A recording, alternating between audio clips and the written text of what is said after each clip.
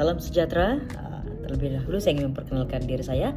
Nama saya Monica Kiat, ID Metrik J46225 dan tajuk untuk tugasan KHOH 3361 komunikasi antara budaya, yaitu perbezaan budaya dalam gaya komunikasi. Jadi saya mengkaji berkaitan dengan perbezaan budaya dan gaya komunikasi pelbagai kaum dan etnik di negara kita, negara Malaysia. Jadi untuk yang kesekian kalinya, seterusnya saya akan memberikan pengenalan terlebih dahulu, yaitu dalam pengenalan saya memberitahu bahwa Malaysia ini merupakan suatu negara yang unik, yang penuh kepelbagaian etnik dan juga kaum dari segi budaya dan juga agama.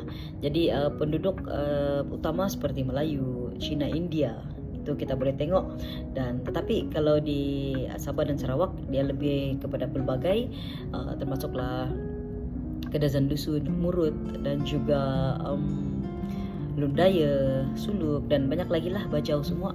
Jadi kepelbagaian ini menjadikan Malaysia satu negara yang penuh dengan budaya dan juga gaya komunikasi yang berbeza, mengikut etnik ataupun kaum masing-masing. Jadi ini boleh mempengaruhi cara berkomunikasi atau berinteraksi daripada mereka untuk menyampaikan sesuatu message. Dan seterusnya dalam objektif ini pula saya meletakkan objektif, yaitu untuk menjelaskan budaya dan gaya komunikasi dalam konteks masyarakat Malaysia. Selain itu, untuk mengenal pasti unsur-unsur yang membentuk gaya komunikasi rakyat Malaysia, dan kita menghuraikan bagaimana budaya memberi kesan terhadap gaya komunikasi dan antara etnik. Selain itu juga ia meningkatkan kefahaman dan toleransi antara kaum melalui komunikasi yang berkesan.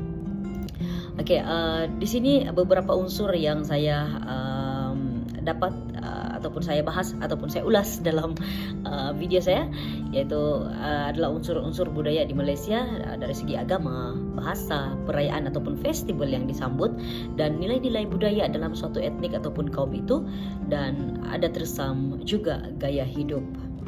Jadi untuk pertama ini saya ingin menyentuh berkaitan dengan agama rasmi di Malaysia ini adalah agama Islam, dan agama-agama lain seperti Kristian, Hindu, Buddha boleh diamalkan secara bebas, tapi tidak boleh melampaui yang lain, yang utamalah kalau kita pemahaman kita lah begitu. Jadi selain itu agama boleh diamalkan secara bebas. Selain itu juga sebagai contoh, agama ini dia mempengaruhi dalam komunikasi, agama ini mempengaruhi cara sapaan, pakaian dan waktu. Contohnya kalau orang yang beragama Muslim, ia akan memberikan ucapan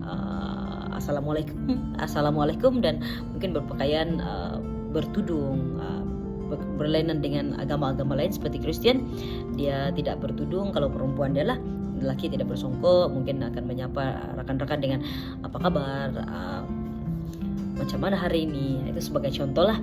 Dan dari segi bahasa pula, bahasa Melayu adalah bahasa rasmi bagi negara Malaysia, tetapi bahasa lain seperti Mandarin, Tamil, Cina, Murut, Kadazan Dusun digunakan di mana-mana di negara ini. Jadi komunikasi antara etnik dalam bahasa juga boleh berlaku. Contohnya bahasa Inggris sebagai merupakan satu medium penyatuan lah bagi bangsa-bangsa ataupun kaum-kaum dan etnik yang ada di Malaysia ini. Selain itu gaya bahasa pula, di Malaysia ini kita mempunyai gaya bahasa yang berbeza. Contohnya bahasa Melayu menggunakan bahasa berterus terang, manakala Cina dia lebih kepada direct to the point. Dan kalau kita tengok di bahasa di Sabah Sarawak pula, dia lebih kepada etnik, dia lebih kepada musra, apalagi dia banyak lenggok-lenggok. Ya begitu. Jadi itu dari segi bahasa. Manakala dari segi sambutan perayaan festival, kita boleh tengok di sini macam mana gaya bahasa ataupun budaya ataupun gaya bahasa itu mempengaruhi komunikasi di suatu kawasan. Kalau kita tengok di sini pelbagai perayaan yang disambut, termasuklah sambutan Hari Raya Aidilfitri, Tahun Baru Cina, Deepavali, Christmas, sambutan Hari Gawai, sambutan Hari Keamatan, yang mana pelbagai budaya yang kita nampak di sini, dan cara penyampaian, cara berkomunikasi, berinteraksi dalam perayaan yang disambut oleh setiap etnik ataupun kaum di negara kita ini mempunyai kepelbagaian komunikasi. Ya, mungkin dalam sambutan Hari Raya Idul Fitri, kalau tidak dalam program mungkin atau di rumah-rumah, dia akan berbeza cara gaya komunikasi dia. Di rumah macam mana dan di program macam mana. Program itu lebih kepada ucapan rasmi, tidak rasmi. Tapi kalau yang di rumah pula, dia lebih kepada santai, untuk menyapa orang yang datang dan orang yang mungkin sudah siap berkunjung. Begitu juga dengan sambutan gawai. Mungkin sambutan gawai disambut dengan minuman tradisi, begitu. Jadi itu dari segi sambutan perayaan atau festival.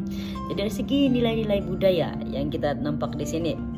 Nilai-nilai budaya tidak kiralah Melayu, Cina, India, Kadazan Dusun, Murut, Lundaya, Bajau, dan semua masyarakat yang ada di Malaysia adalah semestinya mengamalkan nilai-nilai budaya, yaitu hormat menghormati dan juga sopan dan berbudi bahasa.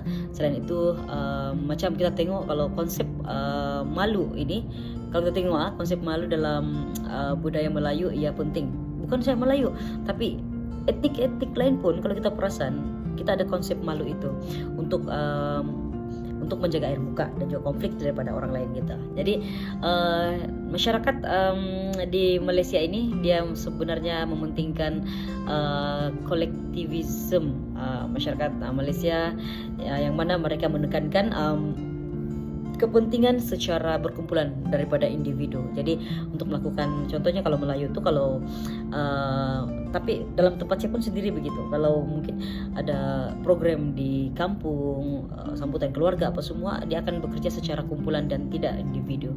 Jadi ini mempengaruhi budaya dan komunikasi lah di tempat kita sendiri. Baiklah, dan ada tersam pula dia dipengaruhi oleh komunikasi formal dan tidak formal. Contohnya memberi dan menerima menggunakan tangan kanan. Dia beri tangan kanan, dia terima tangan kanan, dan juga menundukkan badan ketika bersalaman dan lain-lain lah.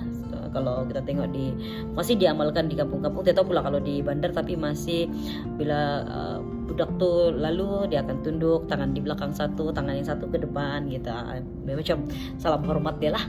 Dan seterusnya gaya hidup, masih ada yang mengamalkan gaya hidup yang tradisional, yang mana masih berasaskan nilai community, terutama sekali kalau kita tengok di ke penduduk-penduduk yang ada di Felda lah, dia tertumpu satu kawasan, ataupun di kampung-kampung yang tertumpu kepada satu kawasan, begitu.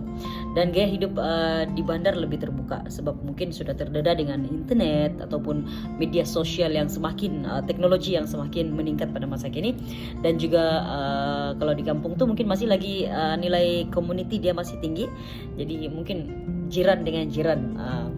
Jadi selain itu mempengaruhi gaya komunikasi penduduk bandar lebih maju, yang seperti saya katakan tadi, berbanding penduduk luar bandar lebih interpersonal, dan bercakap pun masih berlapik, tidak berhias tapi dia berlapis, dia tidak kepada direct to the point. Oke, jadi kalau kita tengok ada saya beberapa buat kajian dengan rakan-rakan melalui subjek-subjek yang lain juga. Ada kajian-kajian yang kami kaji berkaitan dengan perbezaan budaya dalam gaya komunikasi di Malaysia, yang mana kalau kita tengok dari aspek gaya komunikasi, Melayu mungkin tidak sopan, bukan tidak sopan, cara tidak sopan, tapi sebenarnya mereka adalah sopan, begitu. Kadang-kadang kita nampak begitu, oke? Dan mereka ini tidak langsung maafkan saya, Melayu ini dia tidak berkata terus ke direct to the point, dia tidak langsung. Mungkin ada salam sejahtera, apa kabar, dari mana, gitu. Baru bila dia sudah bercakap 2 baris patah perkataan, baru dia akan direct to the point apa yang dia ingin katakan. Dan Cina dan sopan dan berlapik, begitulah. Mungkin ada intro dulu baru dia ke point. Dan manakala Cina pula, dia terus rasional, dia terus direct dan rasional dan orientasikan objektif, direct to the point. Dia tidak banyak mukadimah. Dan India formal, hormat dan banyak ekspresi. Walaupun mungkin kadang-kadang ada yang kita bilang tidak, India ini begini-gini, tapi sebenarnya mereka ini lebih kepada formal, hormat dan terlalu banyak ekspresi. Begitu. Selain itu di etnik di Sabah Sarawak pula kebanyakan lebih santai, mesra dan menggunakan dialek tempatan. Jadi kalau kamu di sini dusun, kamu akan dengar dia bercampur Melayu dengan dusun sekali. Begitu juga dengan kaum-kaum yang lain.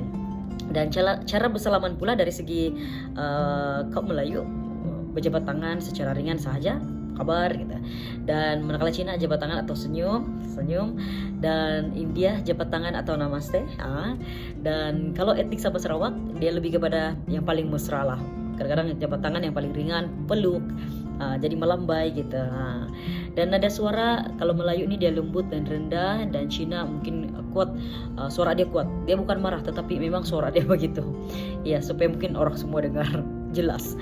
Dan kalau India dia bertenaga dan ekspresif, laju betul bercakap. Jadi kita tidak tahu, kadang-kadang gitu, kita tidak berapa konsentrat.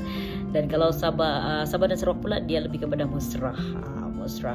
Dan juga gaya lisan, kalau Melayu dia banyak menggunakan peribahasa, kiasan, dan Cina berbahasa langsung dan sedikit humor.